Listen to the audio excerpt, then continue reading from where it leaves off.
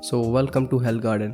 BTTS season 5 के episode 58 में हमने देखा कि प्रोटेक्टर वू जियान को अपने पंजे से कैप्चर करने ही वाला था, तभी वहाँ पे एंट्री होती है क्वीन मेडुसा की। अब एपिसोड 59 से शुरू करते हैं। सीन शुरू होता है जहाँ पे फामा कहते हैं कि क्वीन मेडुसा अभी भी जियान के साथ है, तो सैंड एम्परर कहते हैं कि क्वीन मेडुसा ने डाओजोंग का फर्स्ट लेवल क्रॉस कर लिया है। फिर सीन शिफ्ट होता है जहाँ पे प्रोटेक्टर वू कहता है क्वीन मेडुसा, हाँ ये नाम मैंने पहले सुना है, लेकिन मैं तुम्हें बता दूं मेरे हॉल ऑफ सोल के चक्करों में मत पड़ो, नहीं तो कब तबाही आएगी तुम्हें खुद पता नहीं चलेगा। जिसके बाद प्रोटेक्टर वू के हाथ से दुइकी का एक पिलर ऊपर शूट होता है और वो अपने हाथ में दुइकी का एक स्फीयर क्रिएट करता है। तो मेडुसा कहती है इसकी लाइफ सिर्फ मेरी है और मुझसे पहले इसे कोई नहीं ले सकता। तो प्रोटेक्टर वू कहता है यू आर कोर्टिंग डेथ, और वो एनर्जी स्फीयर क्वीन मेडुसा के ऊपर शूट कर देता है, जिस पर रिएक्ट करते हुए क्वीन मेडुसा जियान का हाथ लेती है और वहां से उड़ जाती है। फिर हम क्वीन मेडुसा और जियान को हॉल ऑफ सोल की ट्रेडमार्क चेन्स के बीच में से निकलते हुए देखते हैं। तो जब सैंड एम्परर मूव करने वाले होते हैं तो हाइवोडोंग कहते हैं चिंता मत करो क्वीन मेडुसा यहाँ पे कुछ नहीं होगा। और हॉल ऑफ सोल की चेन्स में फंसे टीचर याओलाओ को देख के जियान भी चिंतित हो जाता है। तो क्वीन मेडुसा से कहता है तुम्हें मेरी एक मदद करनी होगी। क्वीन मेडुसा कहती है तुम अपने टीचर को प्रोटेक्ट करना चाहते हो। लगता है क्वीन मेडुसा एक परफेक्ट वाइफ के राह पे चल पड़ी है। तो फिर जियान कहता है कि अगर तुम टीचर को बचाओगी तो मेरी लाइफ तुम्हारे हवाले है। तो मेडुसा बताती है बहुत मुश्किल है, ये प्रोटेक्टर वू मुझसे भी ज़्यादा पावरफुल है। फिर जैसे तैसे टीचर याओलाओ जियान और क्वीन मेडुसा के सामने अपीयर होते हैं और वो कहते हैं बोन मैगिट आज तो ये मुझसे कोई नहीं बचा सकता।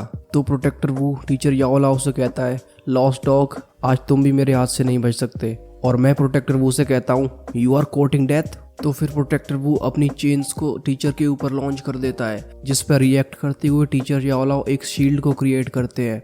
लेकिन वो शील्ड धीरे धीरे करके वीक होती जाती है क्योंकि टीचर के पास ज़्यादा एनर्जी नहीं बची होती। उधर क्वीन मेडुसा जियान से कहती है कि अगर मैं तुम्हें अच्छे से प्रोटेक्ट करना चाहती हूँ तो मैं अपने आप को डिस्ट्रैक्ट नहीं होने दे सकती। तुम देख रहे हो डेडिकेशन क्वीन मेडुसा की। फिर अगले सीन में टीचर याओलाओ अपनी बोन चिलिंग फ्लेम को प्रोटेक्टर वू की चेन्स के ऊपर शूट करते हैं, जिससे प्रोटेक्टर वू की चेन्स डिस्ट्रॉय होने लगती हैं। और यहाँ हमें क्लियरली मालूम पड़ जाता है कि heavenly flames hall of soul की एक बड़ी कमजोरी है। तो अपने टीचर की ऐसी हालत देख के जियान और परेशान हो जाता है। क्वीन मेडुसा से कहता है कि जाओ तुम टीचर की हेल्प करो, उनके साथ प्रोटेक्टर वू से लड़ो। तो क्वीन मेडुसा कहती है अगर हम दोनों साथ में अपनी पावर्स को मिला दें तब भी प्रोटेक्टर वू हमसे ज़्यादा पावरफुल है, और अगर ये इंसान बीच में मौका पाके तुम्हें कैप्चर कर लेता है तो तुम्हें मैं भी नहीं बचा सकती। और दूसरी तरफ हमारे याओलाओ पैसे पोजीशन में आ जाते हैं। तो जियान क्वीन मेडुसा से कहता है तुम मेरी चिंता मत करो, जाओ टीचर को बचाओ। तो क्वीन मेडुसा यहाँ पे थोड़ी सी पिघल जाती है और कहती है ठीक है मैं वैसा ही करूंगी जैसा तुम कहते हो। तो हमारा जियान कुछ ज़्यादा सेंटी हो जाता है और ये कहता है thanks a lot, I remember your love. जिसका क्वीन मेडुसा रिप्लाई करती है I don't have feelings for you. तुम देख रहे हो सुंदरे को। और क्वीन मेडुसा अपनी दुइकी से जियान को दूर भेज देती है और कहती है मुझे डिस्टर्ब मत करो।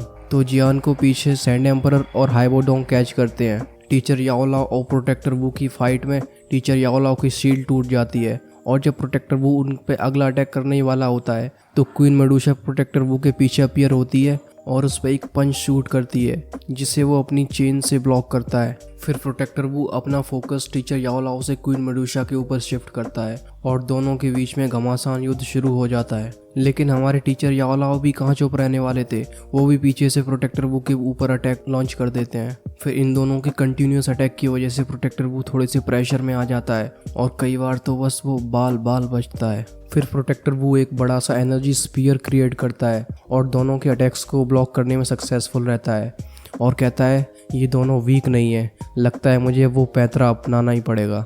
अनफॉर्चुनेटली ये बड़ी रिग्रेट की बात है कि एक डाओजोंग की सोल कलेक्ट करना बहुत ही टफ काम है। और फिर वो अपने हाथों से हैंड सील्स क्रिएट करता है जिससे चारों तरफ हजारों सोल बाहर आ जाती हैं। फिर एंड में प्रोटेक्टर वू युनशेन की सोल को उसका सर पकड़ के बाहर निकालता है, जिसे देख के युन को काफ़ी दुख होता है। वो चिल्लाती है टीचर।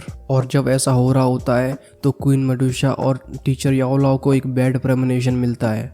इधर से टीचर याओलाओ कहते हैं ये युनशेन की सोल को डेटोनेट करने वाला है और तभी युनशेन की सोल एक्सपेंड होने लगती है। लेकिन अब काफ़ी देर हो चुकी थी। जब तक क्वीन मेडुसा और टीचर याओलाओ उसके पास जाने की कोशिश करते हैं तब तक एक डार्क और सिनिस्टर ऑरा फैल चुका था। लोग चिल्लाने लगे दूर भागो दूर भागो। और दूसरी साइड जियान की टोली में हैवोदोंग कहते हैं ये युनशेन की सोल को डेटोनेट करना चाहता है।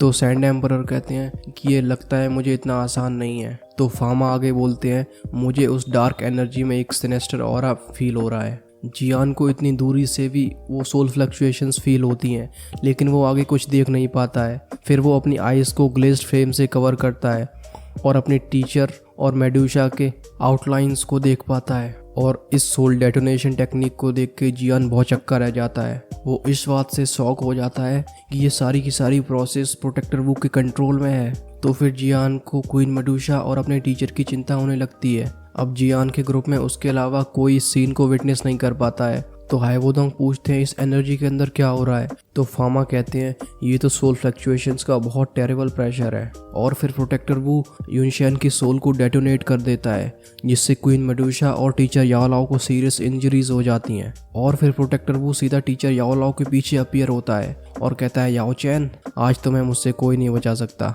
आज मैं तुम्हें कैप्चर करके ही रहूँगा।